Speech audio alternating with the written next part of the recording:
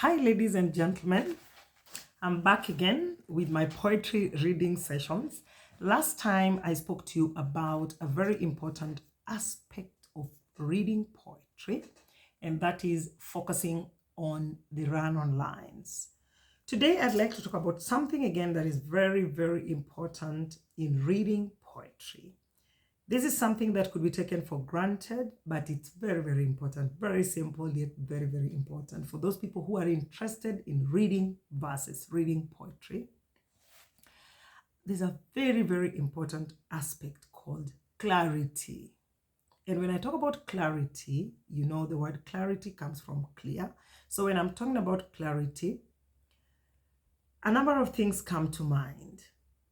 The voice, the pronunciation, the articulation of words. How are you bringing out? How are you bringing out the words? How are you serving the dish? Think about the consumer. Don't think about yourself only. Think about the consumer. You're speaking. And we know that the principle is anytime someone is speaking, somebody should be listening. Anytime somebody is listening, somebody should be speaking. So it's your time to speak. So somebody should be able to listen. When somebody is listening, one thing that needs to come to your mind, what is your goal? Your goal is basically to communicate. So when you're reading a verse, one thing that must come to your mind is you are trying to communicate to someone. A good poem beckons claps. A good poem beckons things like, laughter, tears, joy, and so on and so forth.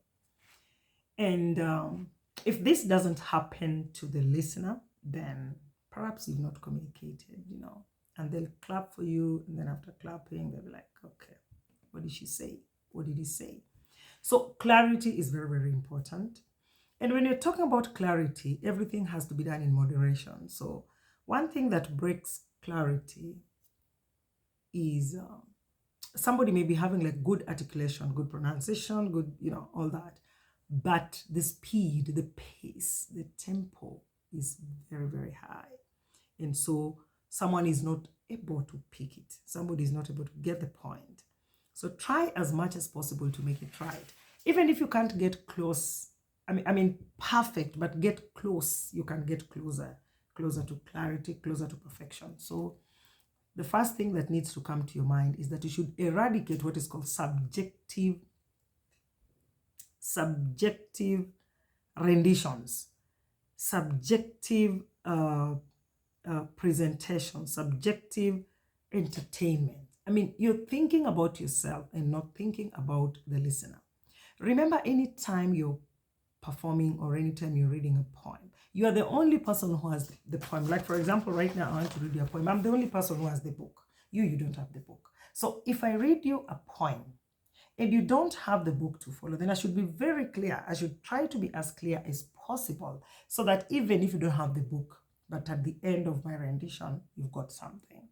So that's one thing that is really, really important. You listen to yourself, listen to the speaker.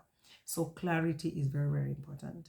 I want to read you this. I'd like to give an example, reading a verse, so that maybe you could pick what I'm talking about. And in another lesson, I'll be talking about issues of punctuations.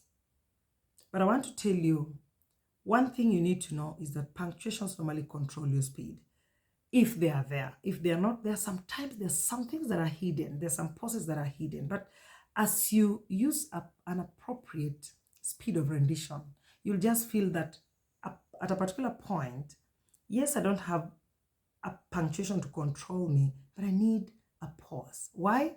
Because you're giving your audience time to listen and to swallow. You're giving them an opportunity to allow what you've talked about to sink in. So if you don't give them time to let it sink, then at the end of your rendition, they will not have got anything. So I'll try out reading a poem by Langston Hughes called As Befits a man, as befits a man. So let's go. I don't mind dying, but I'd hate to die all alone. I want a dozen pretty women to holler, cry, and mourn. I don't mind dying, but I want my funeral to be fine.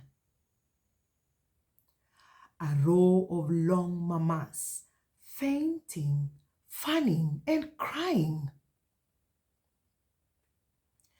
I want a fishtail hearse and 16 fishtail cars, a big brass band, and a whole truckload of flowers.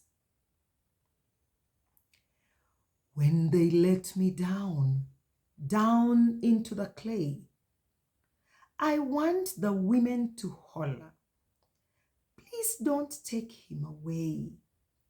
Oh, oh, oh, oh. Don't take daddy away. Thank you. I hope I was clear enough and I hope I communicated. Thank you.